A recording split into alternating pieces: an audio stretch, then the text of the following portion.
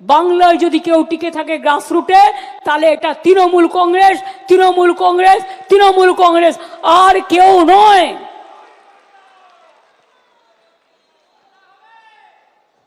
খেলা আবার হবে। 2026-এর খেলাটা আর একটু জোরে মারতে হবে, বল জোরে মারতে হবে, ক্রিকেট বলটাও জোরে মারতে হবে, ফুটবলটাও জোরে মারতে হবে। আর সেই কাজটা শুরু হবে ভোটার লিস্ট থেকে। আর চুকিচকিট খেলাও হবে, সুইমিংও হবে, সবকিছু হবে।